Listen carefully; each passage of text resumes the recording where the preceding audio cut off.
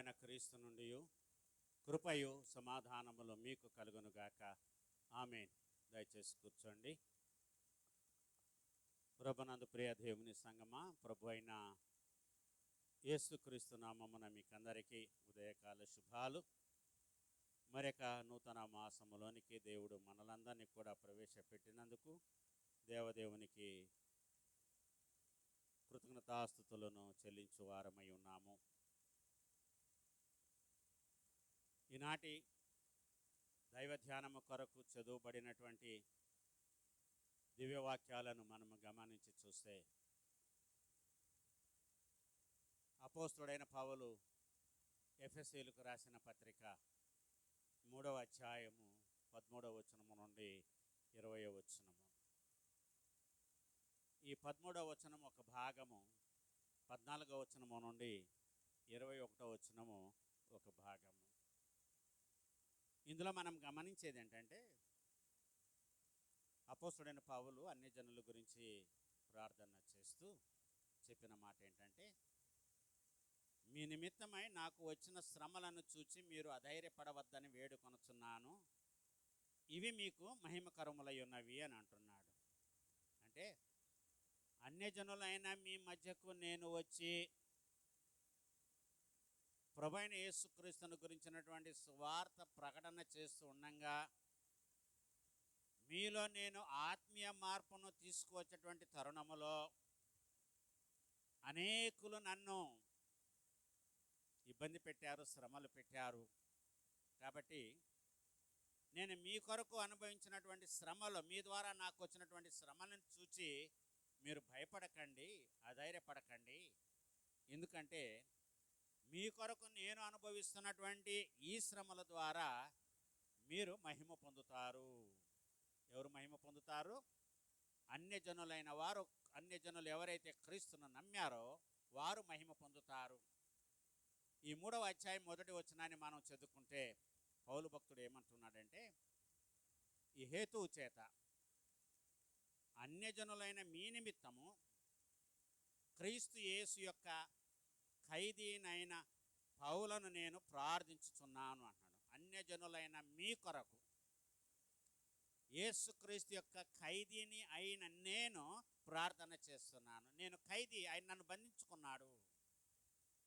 దమస్కు మార్గాన వెళుతుంటే మిట్ట మధ్యాహ్నం మండుటెన్నలో అపోస్తల కార్యముల గ్రంథము 9వ అధ్యాయములో యేసుక్రీస్తు నన్ను బంధించాడు, నేను ఆయన ఖైదీని.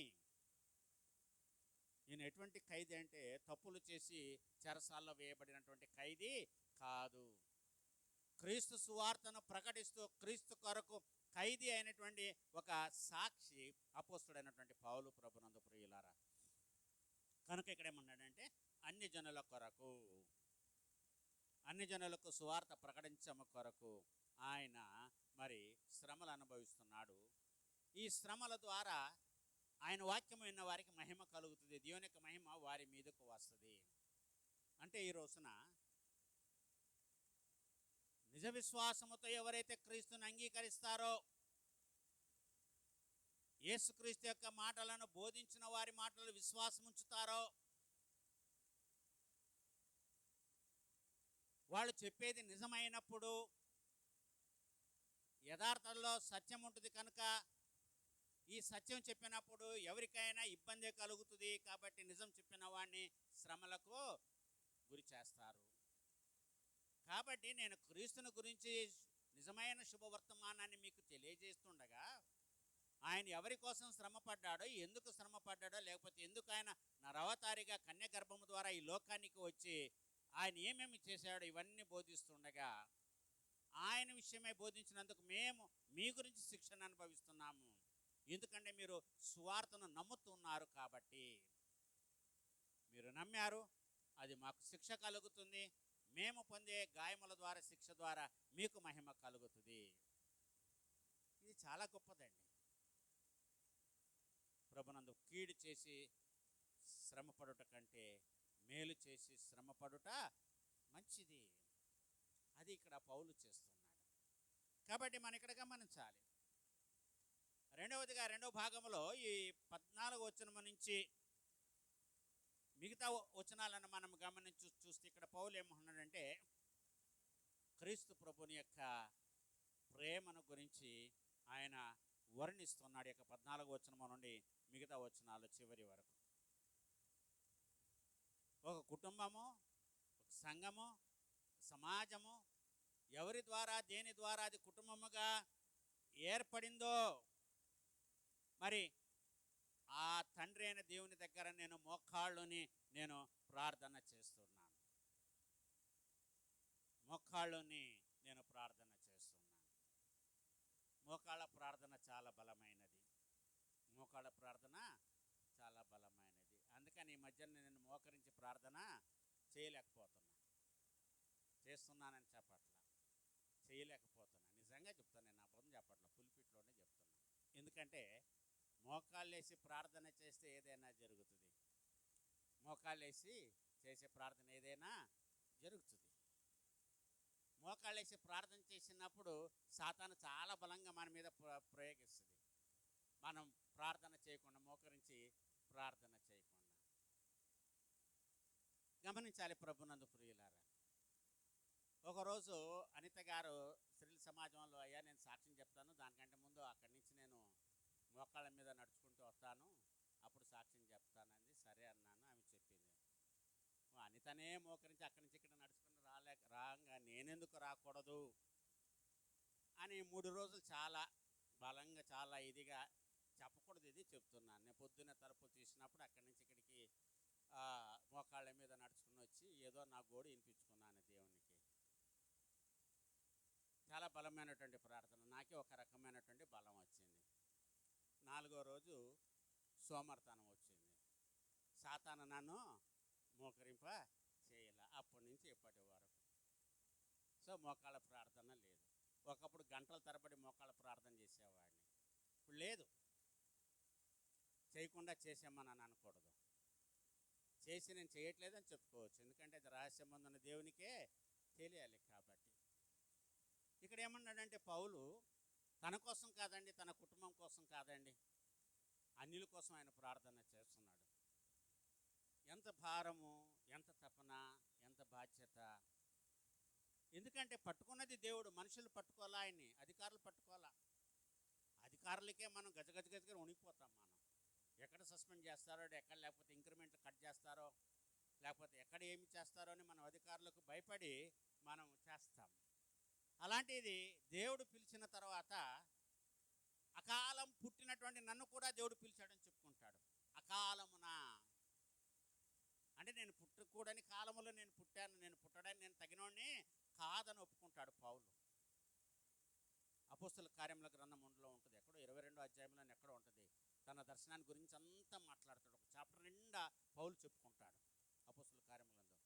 ఎంతోమంది కనబడ్డాడు. ఆ కాలములో పుట్టినటువంటి నన్ను కూడా, నాకు కూడా ఆయన తను తాను ప్రత్యక్షపరుచుకున్నాడు అని చెప్పుకుంటాడు.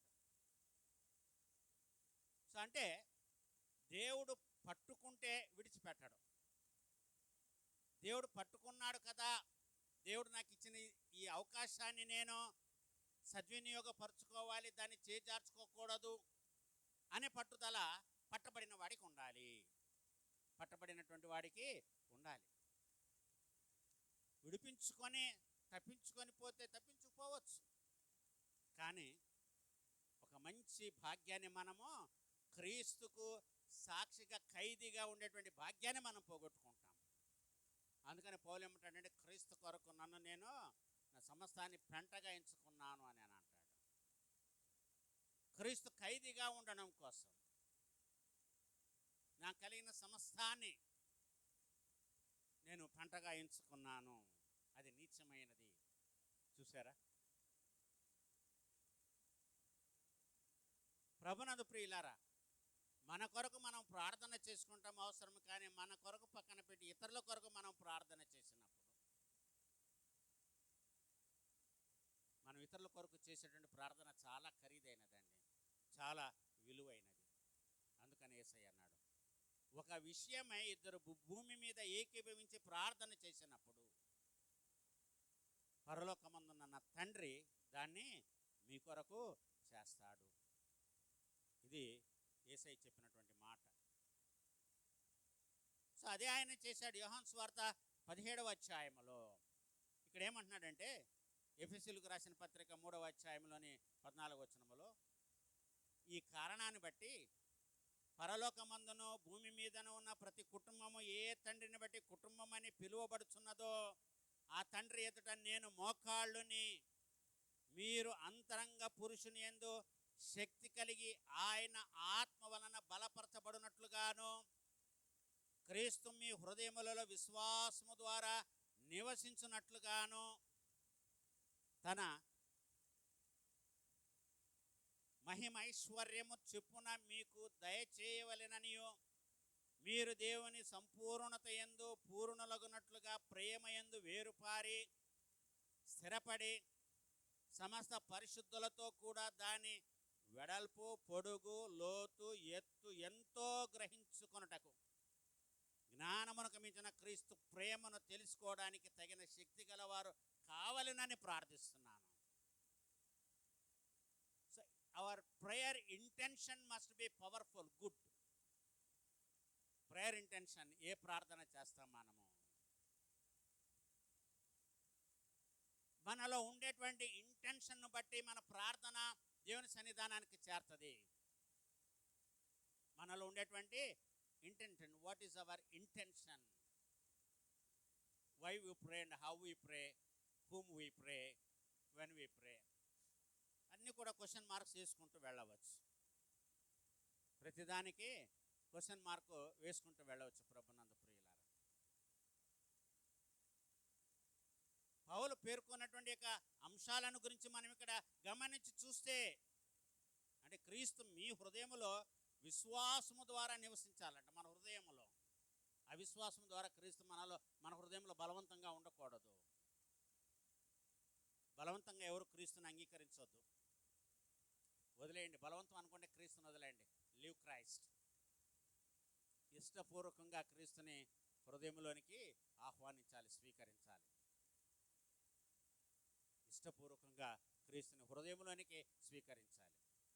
ఎందుకంటే ఆయన హృదయం అనే తలుపు దగ్గర నిలబడి ఆయన తడుతూ ఉన్నాడు కాబట్టి. హృదయం అనేడు తలుపు నొద్ద యేసునాథుండు నిలచి సదయుడగుచు తట్టుచుండు సకల విధములను, నిలచి సదయుడగుచు తట్టుచుండు సకల విధములను. ఆయన విసిగిస్తున్నాడని తలుపు తీయొద్దు. ఎందుకు? ఇష్టం లేనప్పుడు తలుపులు తీయడం ఎందుకు? దానికి ఒకసారి యేసయ్య ఒక ఉపమానం చెప్పాడు, మంచి ఉపమానం. ఒక రాత్రి ఒక ఆయన వచ్చి నైబర్ ఇంటికి వచ్చి పొద్దాక తలుపు తట్టి విసిగిస్తున్నాడంట. ఏమనంటే, ఇదిగో దూర ప్రయాణం చేసి నా స్నేహితుడు వచ్చాడు, ఆయనకి భోజనం పెట్టడానికి నాకు ఇంట్లో ఏమీ లేదు, కొంచెం పిండి అప్పు ఇమ్మని అడగడానికి వచ్చాడంట. ఈయన లోపలుండి ఏమన్నాడంటే, చీకటి అయిపోయింది, ఇప్పుడు తలుపు తీయడం కష్టం, నేను తలుపు తీయాలంటే ఇంట్లో నిద్రపోయే వాళ్ళందరినీ కూడా లేపాలి అని. ఆ రోజుల్లో తలుపుకి పెద్ద దూలాలు అడ్డాలు పెట్టాడు, గొళ్ళాళ్ళు ఉండేవి కాదు.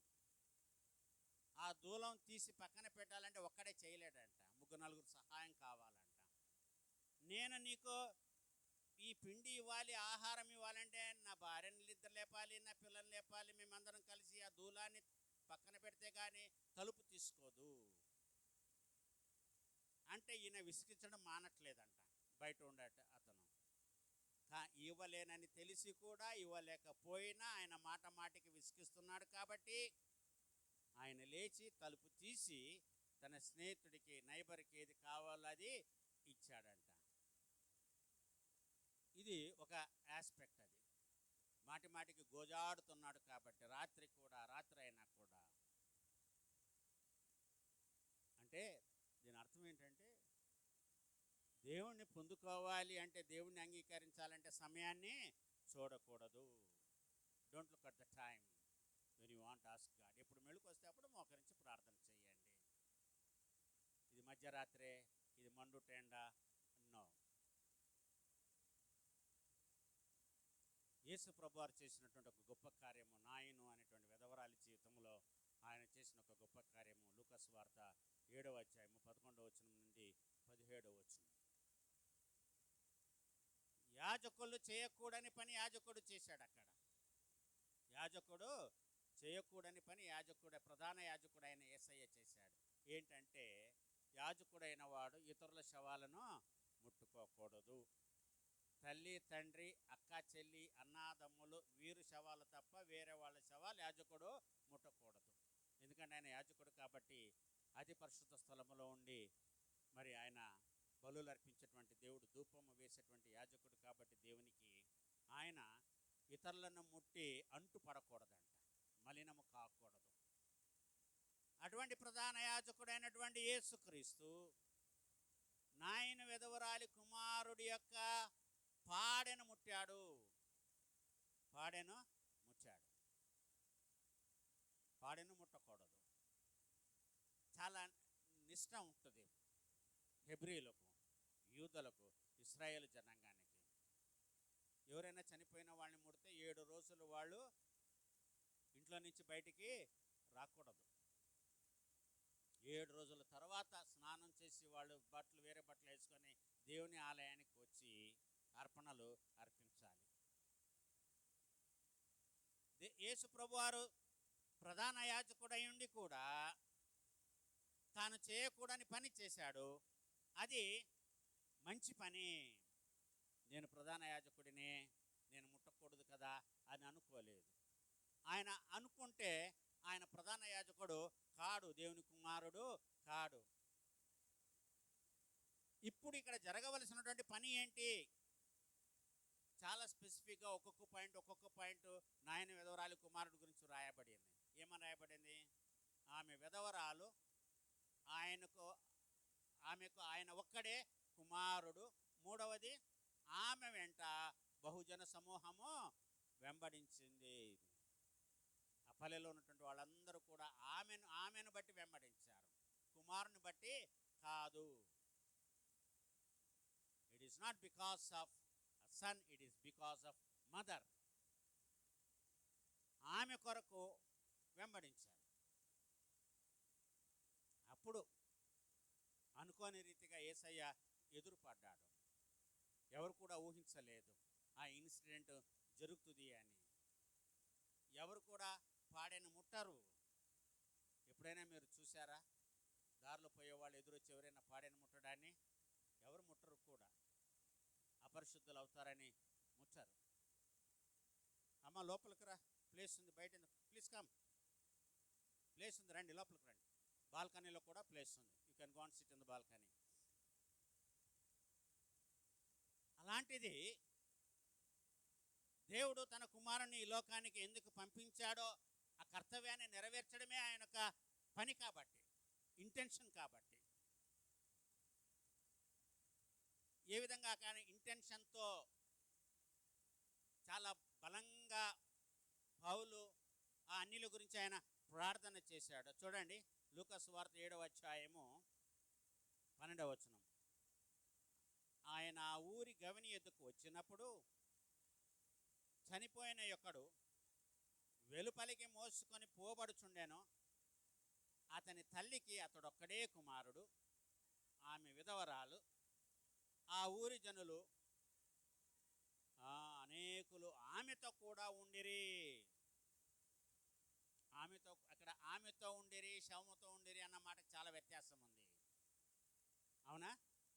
ఆమెతో ఉండిరి, శవముతో కూడా వెళ్ళారు, ఆమెతో కూడా వెళ్ళారనే 2 పదాలకి చాలా డిఫరెన్స్ ఉంది. అందుకనే అన్నాను, ఆమె గురించి, కొడుకు గురించి కాదు, తల్లి గురించి జన సమూహము ఆమెను వెంబడించారు. అబ్బాయి ఆయన ఒక్కడే స్వాస్యం, ఆమెకి ఇంకేమీ లేదు, నాయన విధవరాలి కుమారుడిలాగా. సో యేసు ప్రభువారు వచ్చారు. ఇక్కడ ఏమని రాయబడింది? ప్రభు ఆమెను చూచి కనికరపడి 7వ వద్దనే ఆమెతో చెప్పి దగ్గరకు వచ్చి పాడెను ముట్టగా మోయుచున్నవారు నిలిచిరి. సో ఈ పాడెను ముట్టగా మోయుచున్నవారు నిలిచారు. చిన్నవాడా లేమ్మన్నాడు. ఇందాక మనం పాడుకున్నటువంటి పాటలో 219వ పాట రోజు మనం ఈ పాట పాడుకుంటాం. క్రీస్తు లేచెను హల్లెలూయా, క్రీస్తు నన్ను లేపును, ఇదే సునాద సత్యము, ఇలాను చాటుడి నిత్యము. ఇందులో ఒక చరణము, మృతులు నీదగు వారులందరూ బ్రతికి లేతురు సత్యము, ప్రేతలను జీవింపచేయును పృథివీ క్రీస్తుని విజయము. పృథివీ అంటే భూమి, క్రీస్తు విజయం అది. మృతులు నీదగు వారలందరూ బ్రతికి లేతురు సత్యము, మృతులు నీదగు వారలందరూ బ్రతికి లేతురు సత్యము, ప్రేతలను జీవింపజేయును పృథివీ క్రీస్తుని విజయము. క్రీస్తు లేచెను హల్లెలూయా, క్రీస్తు నన్ను లేపును. క్రీస్తు నన్ను లేపుతాడని, ఎవరిని లేపుతాడని చనిపోయిన వాళ్ళకు తెలుసుదా? తెలీదు. అప్పటి వరకు తెలీదు. క్రీస్తు నన్ను లేపుతాడని వాళ్ళకు తెలీదు. లాజరుకు తెలీదు, నాయన వెధవరాలి కుమారుడికి తెలీదు, యాయిరు కుమార్తెకు తెలీదు,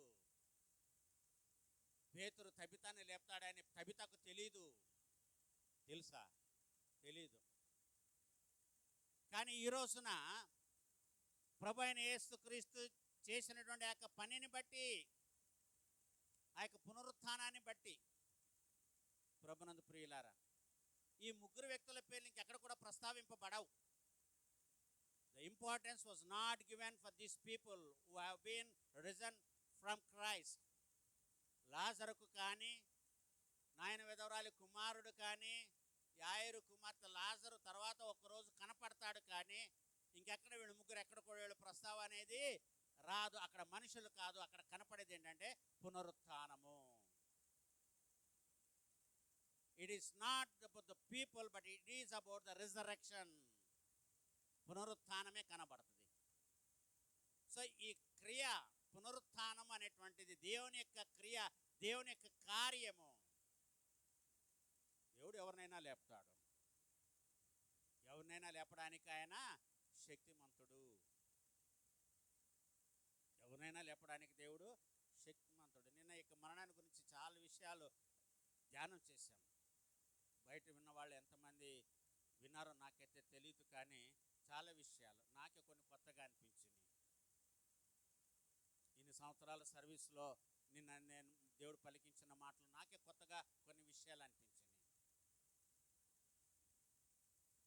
అటువంటిది ప్రభునందు ప్రియులారు ఇక్కడ పేర్కొనేటువంటి అంశాలన్నిటిని బట్టి, ఏ విధంగా ఆయన చిన్నవాడా లెమ్మని నీతో చెప్పుచున్నాననగా చనిపోయిన వాడు లేచి కూర్చుండి మాటలాడసాగాను, ఆయన అతనిని అతని తల్లికి అప్పగించెను.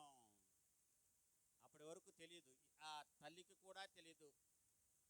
ఈయనంటే యూదుడై ఉండి, సమరయ స్త్రీ అని, యూదుడు అయినా నీవు సమరయ స్త్రీనైనా నన్ను దాహం కిమ్మని ఎలా అడుగుతున్నావు అని చాలా ధైర్యంగా అడిగింది. ఇది విరుద్ధం కదా, నువ్వు నన్ను అడగడం ఏంటి? అలాంటిది ఇక్కడ ఎవరో శవం బయటికి వెళుతుంటే ఆయన వచ్చి వాడని ముట్టి చిన్నవాడా లెమ్మనడం అనడం ఏంటి? విభ్రాంతి, భయము, ఆశ్చర్యము. తర్వాత వేడుకున్నారు. యేసయ్య వచ్చి నువ్వు ముడితే చాలు, నీ మాట చాలు, వాళ్ళు లెగుస్తారన్నారు. ఈ ఇన్సిడెంట్లు అయిన తర్వాత, అంటే ఆయనలో శక్తిని చూసిన తర్వాత, he so powerful, his word is so powerful. చాలా ఆయన నోటి నుంచి వచ్చే ఒక్క మాట లెగుస్తారు. అపోస్తుల కార్యముల గ్రంథంలో కొంతమంది అంటారయ్యా, రోగులు ఉన్నారు, నువ్వు ముట్టకపోయినా నీ నీడ వారి మీద పడని చాలు అన్నారు. అవునా? పేతురు అపోస్తులు లేక నీడ పడితేనే రోగులు స్వస్థ పొందారు, చనిపోయిన వారు తిరిగి లేచారు. ప్రభునందు ప్రియులారా,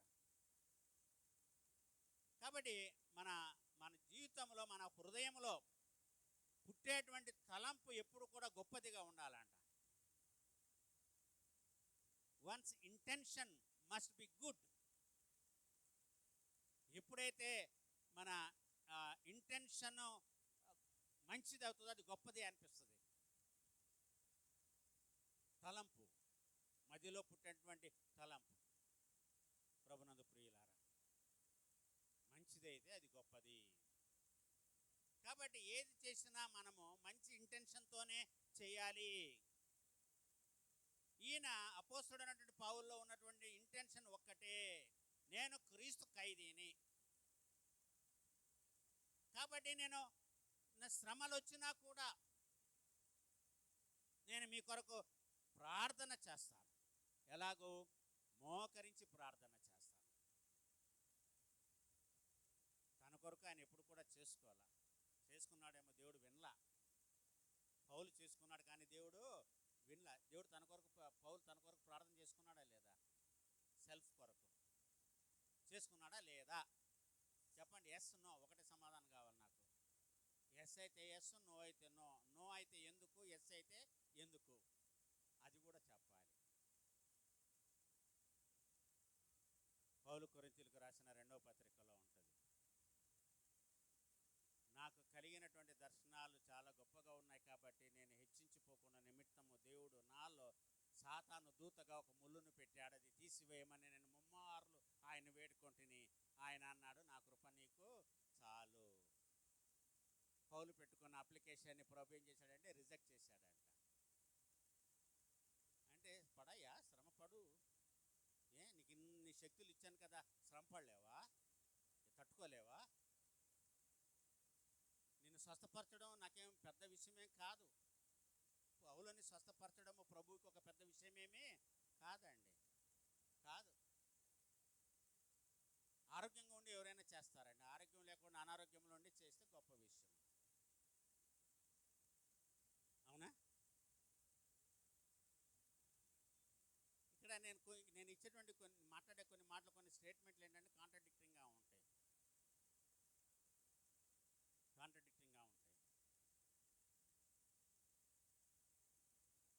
యేసు ప్రభువారు చెప్పారు, అనారోగ్యవంతులకే వైద్యుడు కావాలి కానీ ఆరోగ్యవంతులకే వైద్యుడు అక్కర్లేదు. సో ఇక్కడ పౌల్లో ఉన్నటువంటి ఆరోగ్యం ఏంటి, అనారోగ్యం ఏంటి? ఆ కొరింథీయులకు రాసిన 2వ పత్రిక 12వ అధ్యాయంలో, in what way he is healthy and in what grounds he is sick person. ఆయన చెప్పుకుంటున్నాడు, నాకు కలిగినటువంటి దర్శనాలు చాలా గొప్పగా ఉన్నాయి, నేను అతిశయించిపోతానేమో, నేను గర్వించకుండా అతిశయించిపోకుండా సాతాను దూతగా దేవుడు నా శరీరంలో ఒక ముళ్ళను పెట్టాడు. సాతాను దూతగా దేవుడు తన శరీరంలో ఒక ముళ్ళను పెట్టాడంట. దాన్ని తొలగించమని ఆయన ముమ్మారు వేడుకుంటే ఆయన అన్నాడంట, నా కృప నీకు చాలు. 12:8, నాకు కలిగిన ప్రత్యక్షతలు బహు విశేషముగా ఉన్నందున నేను అత్యధికముగా హెచ్చిపోకున్న నిమిత్తము నాకు శరీరంలో ఒక ముళ్ళు, నేను అత్యధికంగా హెచ్చిపోకున్న నిమిత్తము నన్ను నలగొట్టుటకు సాతాను యొక్క దూతగా ఉంచబడెను. నలగొట్టడానికే. ప్రభువా, నేను నీ సేవ చేయాల్సినటువంటి వాడిని, నువ్వు నన్ను నలగొడితే నేనేం సేవ చేస్తాను? శక్తి ఉంటేనే కదా నేను సేవ చేయడానికి. నువ్వు నన్ను నలగొట్టి నా చేత పనులు చేయించుకుంటానంటావేంటి? అవును, నేను నిన్ను నలగొడతాను, నీ ద్వారా ఏం చేయించుకోవాలి అవన్నీ కూడా నేను చేయించుకుంటాను. That is the power of God. That is the power of God. అందుకని అన్నాడు ఇక్కడ,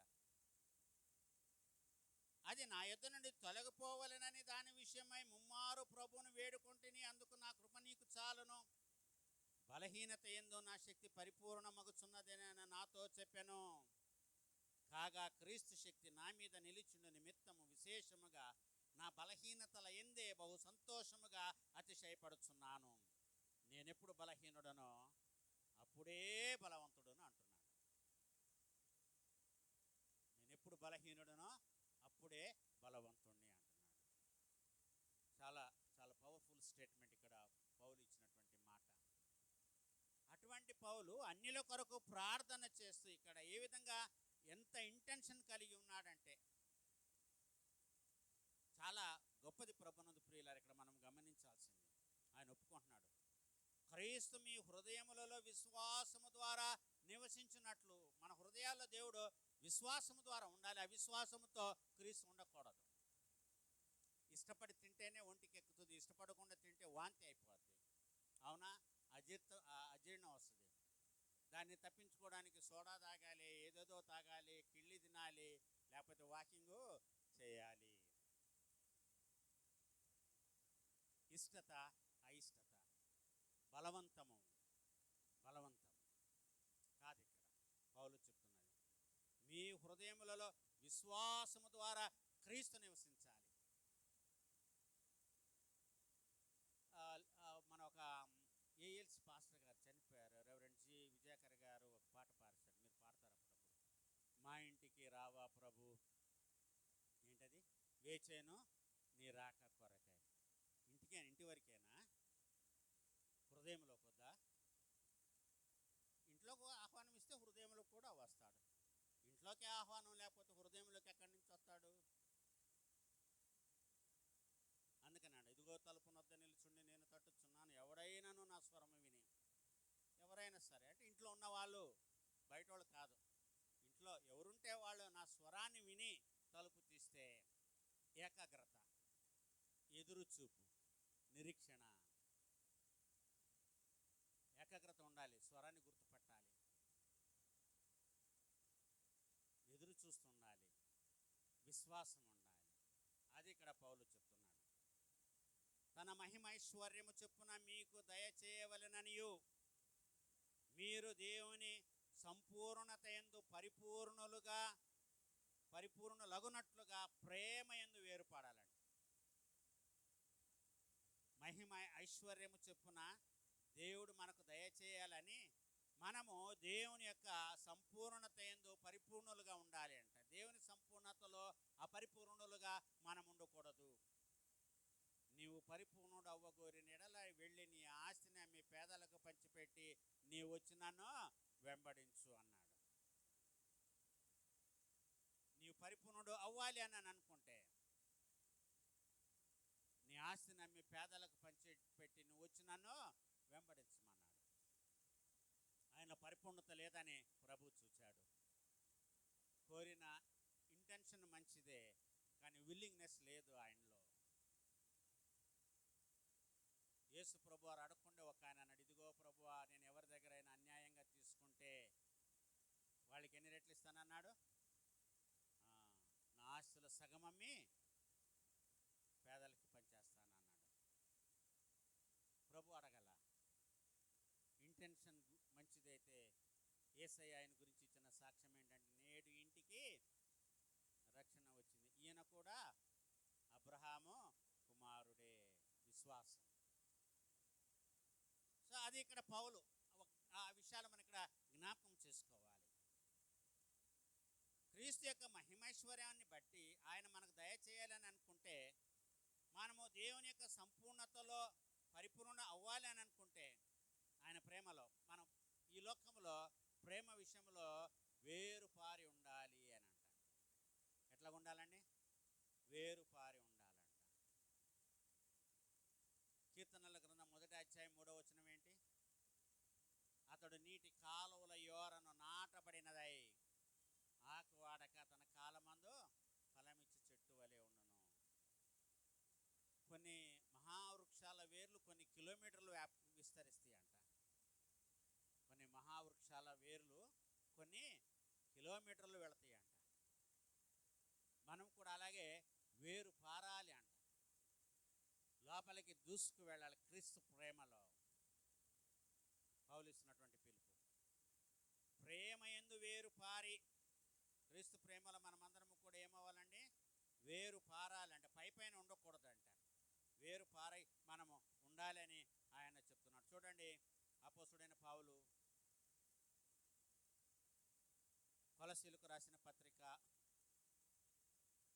2వ అధ్యాయము 3-4 వచనాలను చదువుకుందాం. బుద్ధి విజ్ఞాన సర్వసంపదలో ఆయన ఏందే. తర్వాత ఎవడైనాను చక్కని మాటల చేత మోసపరచుకున్నట్లు, చాలండి 6-7 వచనాలేగా మీరు చదివింది. కావున మీరు ప్రభు అయిన క్రీస్తునందును అంగీకరించిన విధముగా వేరుపారిన వారై ఎలా కట్టబడాలండి? ఇంటి వలె కట్టబడచ్చు. మీరు నేర్చుకొనిన ప్రకారముగా విశ్వాసమందు స్థిరపరచబడుచు, కృతజ్ఞతాస్తుతులు చెల్లించుటయందు విస్తరించుచు, ఆయన యందుండి నడుచుకొనుడి అని అంటున్నాడు. చూడండి, విస్తరించాలి. మీరు ఫలించి అభివృద్ధి పొంది విస్తరించి భూమిని నింపండి. విస్తరించి భూమిని నింపాలి, విస్తరించాలి. విశాలత మనం వ్యాపించాలి. ఒక ప్రదేశానికి మనము పరిమితులు కాకూడదు. మన ప్రేమ విస్తరించాలి, ఎల్లలు దాటాలంట. హద్దులు దాటాలి ప్రేమ. హద్దులు అంటే మళ్ళీ హద్దులు మీరు కాదండి. ఆ హద్దులు వేరు, నేను చెప్పే హద్దులు వేరు. హద్దులు దాటిన ప్రేమ వేరు, ఈ హద్దులు ప్రేమ వేరు. అంటే ఇక్కడ నచ్చినవాడా నచ్చినవాడు కాదా, నా శత్రువా కాదా అనే విషయంలో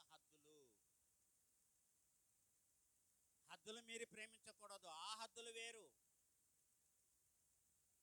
ప్రభునందు ప్రియులారా, కాబట్టి ఇక్కడ పౌలు చెప్తున్న మాట ఏంటంటే, మీరు వేరు పారండి. మనం వేరు పారై, రెండవది స్థిరపడాలి, స్థిరత్వం ఉండాలి. చంచల స్వభావం అనేది ఉండకూడదు, స్థిరత్వం ఉండాలి మనిషికి.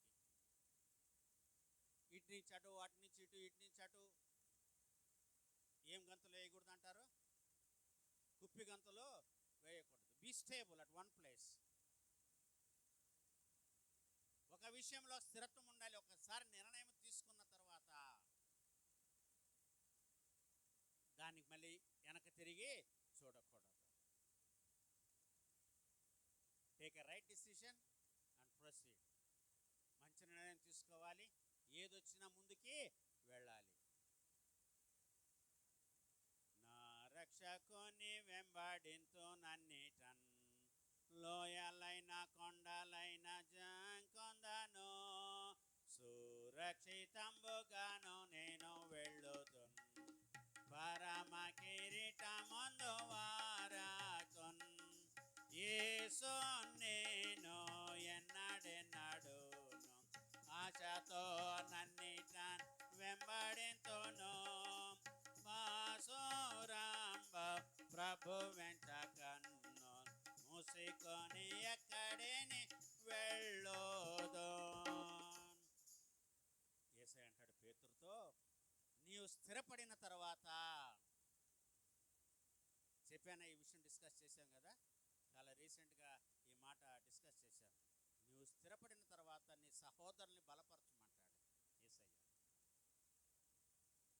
స్థిరత్వము లేకుండా, స్థిరపడకుండా మనం ఏది కూడా చేయలేము. అందుకని ఇక్కడ అంటున్నాడు, స్థిరపడి క్రీస్తు ప్రేమలో వేరుపారి స్థిరపడి సమస్త పరిశుద్ధులతో కూడా దాని వెడల్పు, పొడుగు, లోతు, ఎత్తు ఎంతో గ్రహించుకొనడం కోసము ఇవన్నీ చూడాలంట. అంటే ఆల్ డైరెక్షన్స్, వెడల్పు, లోతు, ఎత్తు, పొడవు ఎంతో చూడాలంట. దేవుని ప్రేమ ఎలా ఉంటుందండి? ఆంధ్ర క్రైస్తవ కీర్తనలో 10వ పాట ఉంటుంది. ఇంత నిడివి, ఇంత లోతై, ఇంత విరివి. అవునా? దేవుని ప్రేమ ఏంటి అక్కడ చెప్తాడు. ఎంత లోతు, ఎంత నిడివి, ఎంత విరివయ్యా, దాని ఇంత ఎంత ఎని వచించు మనుజుడెవ్వడు. మీరు కూడా ఆ విధంగా విస్తరించండి ప్రేమ విషయంలో, ఎదుటి వ్యక్తిని ప్రేమించేటువంటి విషయంలో. చాలా కఠినమైనటువంటి మాట. Very difficult exercise among all the exercise in the life of a person. ఒక మనిషి యొక్క జీవితంలో అతి కఠినమైనటువంటి పరీక్ష ఏంటంటే ప్రేమించడం.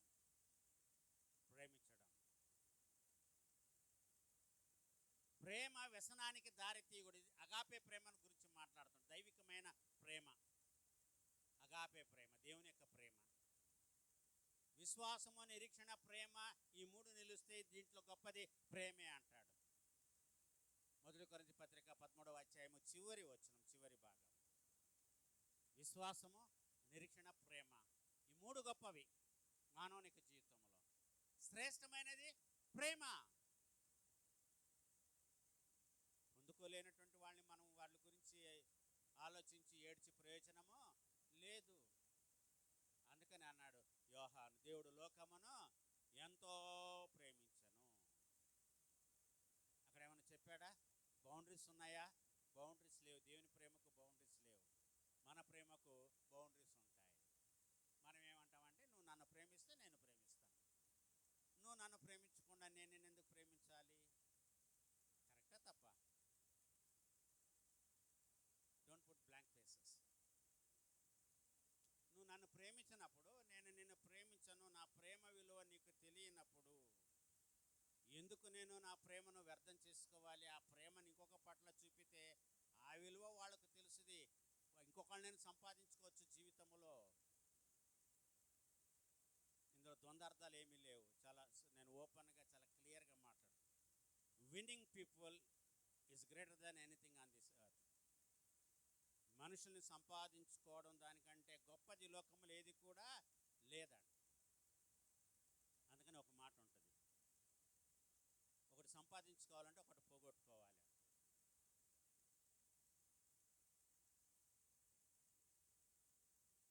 కుచ్చు కోకరు పానాహాయ్, కుచ్చు పాకరు కోనాహాయ్. ఇదే జీవిత సత్యం అండి. Lose something to win something, to win something lose something. Yesayya లోకాన్ని సంపాదించుకోవడం కోసం ఆయన ప్రాణాన్ని వదులుకున్నాడు. అవును, ఆయన చేసిన పని అదేగా. లోకాన్ని సంపాదించుకోవడం కోసము ఆయన ప్రాణాన్ని వదులుకున్నాడు. ఆయన, నా ఇష్టపూర్వకంగా నా ప్రాణాన్ని నేను పెడుతున్నాను, ఎవరు నా ప్రాణాన్ని బలవంతంగా తీసుకోవట్లేదు. ఇప్పుడు నేను ప్రార్థన చేసిన నా తండ్రి ఎంతమంది సేనాపీహాన్ని పంపించి నన్ను రక్షించుకోలేడు? ఆయన రక్షించుకుంటాడు. కానీ నేను దీనికోసమే వచ్చానని లోకానికి తెలియాలి కదా. కాబట్టి నా ప్రాణాన్ని నేను లెక్క చేయను. పౌలు కూడా నేను లేశమైన దానిగా ఎంచుకుంటున్నాను. మనము ఈ విధముగా క్రైస్తవులుగా క్రీస్తు ప్రేమను పొందుకున్నటువంటి వారిగా వేరుపారి స్థిరపడి సమస్త పరిశుద్ధులతో కూడా దాని వెడల్పు, పొడుగు, లోతు, ఎత్తు ఎంతో గ్రహించుకొనుటకు జ్ఞానమునకు మించిన క్రీస్తు ప్రేమను తెలుసుకోవడానికి తగిన శక్తి గలవారు అవ్వాలని నేను ప్రార్థన చేస్తున్నాడంట. ఫిలిప్పీలకు రాసిన పత్రిక ఉంటుంది, సమస్త జ్ఞానమునకు మించిన దేవుని యొక్క సమాధానము యేసుక్రీస్తులను మీ హృదయములకు మీ తలంపులకు ఏంటది? సమస్త జ్ఞానంకు మించిన దేవుని యొక్క సమాధానం. ఇక్కడ ఏమన్నాడంటే ప్రేమ అంటున్నాడు. జ్ఞానమునకు మించిన క్రీస్తు ప్రేమ ఎటువంటిదండి? ఇది జ్ఞానమునకు మించిన క్రీస్తు ప్రేమను మనం పొందుకోవాలి అంట. జ్ఞానమునకు మించిన క్రీస్తు ప్రేమను మనం సంపాదించుకోవాలి.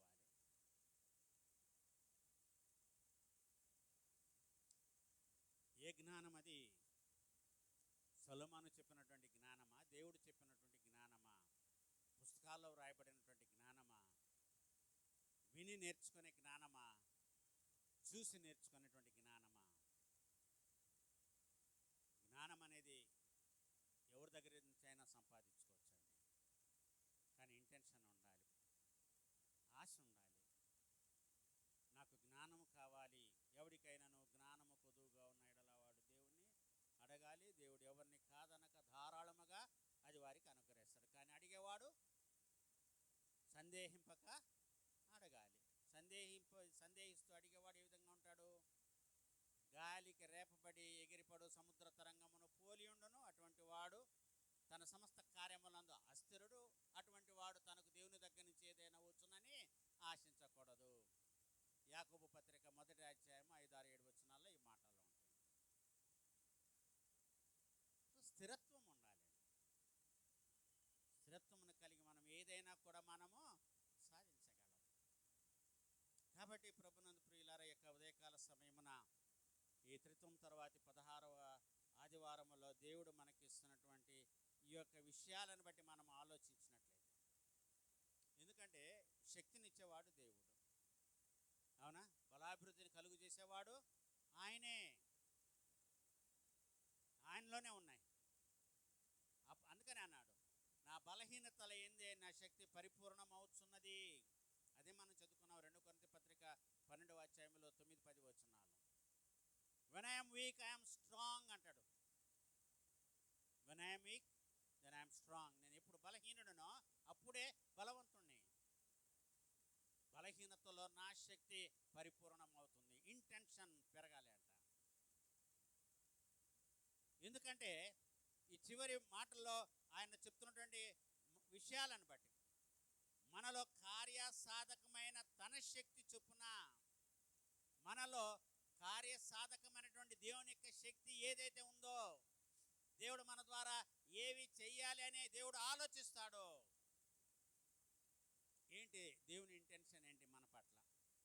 నేను ప్రార్థన చేస్తాను, అదే ప్రభువా నీ సేవ చేస్తున్నాను, నువ్వు పిలిచావో లేదో అయితే సేవ చేస్తున్నాను, కాబట్టి నేను చేసే సేవ వ్యర్థము కాకూడదు. నేను బోధించే నీ వాక్యము వ్యర్థం కాకూడదు. నేను చేసే నీ ప్రజల గురించి నేను చేసే ప్రార్థన వ్యర్థం కాకూడదు. నీ నామం పేరట నేను ఇచ్చే ఈ దీవెన వ్యర్థం కాకూడదు. వ్యర్థమైతే నేను ఈ 27 సంవత్సరాల నుంచి చేస్తున్న సేవ, 4 సంవత్సరాలు కష్టపడి చదువుకున్న వేదాంత విద్య ఏమైపోవాలి? ఏదో డబ్బు సంపాదించుకున్నాను, కుటుంబం సంపాదించుకున్నాను అని అనుకుంటే సరిపోద్దా? ఇక్కడ ఈ ఆస్తుంది, ఇక్కడ ఈ ఆస్తుంది, ఈ ఊర్లో ఈ స్థలం ఉంది, సరిపోద్దా? లేదు. దేవుడు అంగీకరించకపోతే ఎట్లా నా సేవని? నా భయం అది. ఇన్ని సంవత్సరాల తర్వాత నిన్ను పిలవలేదు, నీ సేవ నేను అంగీకరించనని దేవుడు అంటే, నేను బతికుండి చచ్చిన వాడితో సమానము. నేను అది ఫీల్ అవుతాను నేను. కాబట్టి ప్రతి మనిషిలో ఇంటెన్షన్తో పని చేయాలండి. చేసిన అంకిత భావంతో చేయాలి, భయపడి చేయాలి, భయపడి చేయాలి, లాభం కొరకు చేయాలి. దేవుడు ఇస్తాడు, కానీ దానికంటే ముందు ఇవి ఉండాలి. అందుకని అన్నాడు యేసయ్య, మొదట నా నీతిని నా రాజ్యమును వెదకండి, తర్వాత సమస్తమును మీ వెంట వస్తాయి, మీ వెంట వస్తాయి. కాబట్టి ఆ విషయాలు ఇక్కడ పౌలు చెప్తున్నాడు.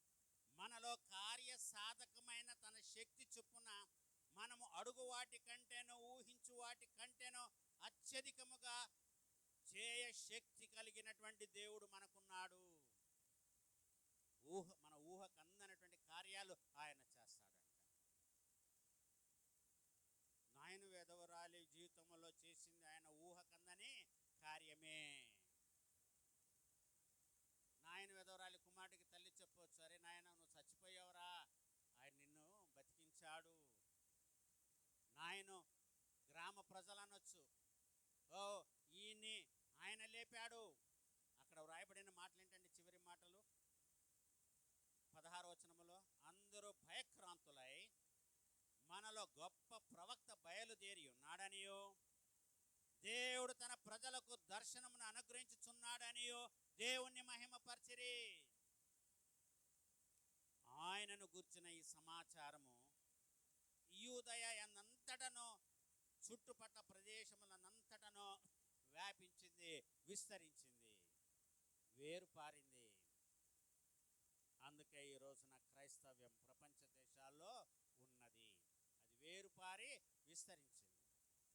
అది వేరుపారడానికి, విస్తరించడానికి కొన్ని వేల మంది సేవకుల, మిషనరీల యొక్క ప్రాణత్యాగాలు ఉన్నాయి, హతసాక్షుల యొక్క జీవిత గాథలు ఉన్నాయి.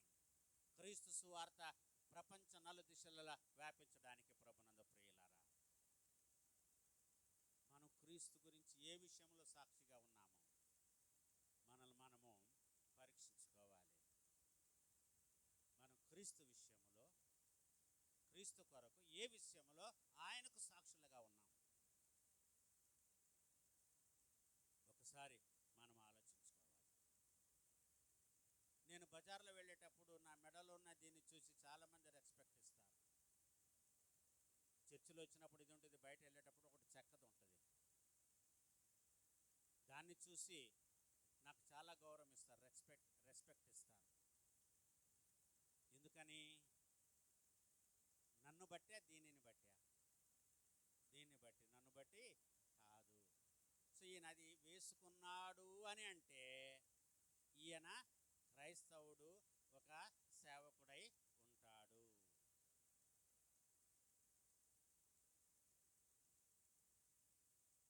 ఒక ఇన్సిడెంట్ జరిగింది. మొన్న నేను గుంటూరుకి వెళ్ళాలి, బస్సులు దొరకట్లేదు. ఈ మధ్యన ఎక్స్ప్రెస్ బస్సులు వేసి పల్లె వెలుగు ఎక్కే బస్సు పట్టుకున్నా. పల్లె వెలుగులోని కాస్త సీటు దొరుకుతుంది, మీరు మాకు ఇవ్వట్లేదుగా. పల్లె వెలుగు బస్సులో ఎక్కితే అనుకోకుండా పాపం ఒక ఆమె కాలు తొక్కేశా. సీటు కోసమని ఒక ఆమె కాలు తొక్కేశా. ఆమె క్రైస్తవరాలు. నన్ను ఏమి ఎందుకు అనలేదంటే దీనిని బట్టి. తర్వాత చూసామే కాలు రుద్దుకుంటుందమ్మా, క్షమించు, మీరు పెద్ద సీటు కూర్చున్నది ఇద్దరు, నువ్వు కాలు ఇటు పెట్టుకోకపోతే కాలు అటు పెట్టుకోవచ్చు కదా,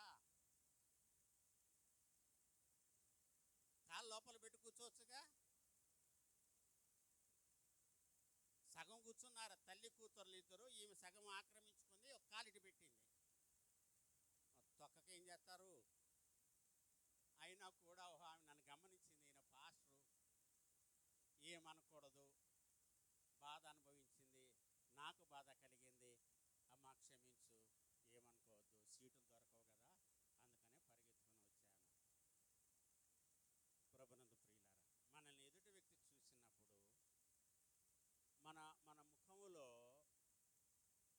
ఒక వెలుగు కనపడాలండి, ఒక సౌమ్యత కనపడాలి, ఒక డిఫరెన్స్ కనపడాలి. అది లేకపోతే ఇది లేదు. ఈరోజు పౌలు చెప్పిన మాటలే లేవు. విస్తరించడం, వేర్పాడడం, ఎత్తు, లోతు, పొడవు, ఇవన్నీ కూడా క్రీస్తులో తెలుసుకోవాలంటే మనలో ఎదుటి వ్యక్తి ఎప్పుడు తెలుసుకుంటాడు? మన గురించి తెలుసుకునే అవకాశాన్ని క్రీస్తు బిడ్డలుగా, క్రీస్తు ఖైదీలుగా మనం ఇవ్వాలి. ఏ ఇంటెన్షన్ అయితే పౌలుకుందో అదే ఇంటెన్షన్ మనలో కూడా ఉండాలి. అప్పుడు మహిమ కలుగుతుంది దేవునికి. ఆ విధంగా జీవించడానికి దైవ కృప మనకందరికీ తోడుగా ఉండునుగాక. ఆమేన్. సమస్త జ్ఞానమునకు మించిన దేవునికి సమాధానం యేసుక్రీస్తు వలన మీ హృదయములకు, మీ తలంపులకు కావలి ఉండునుగాక.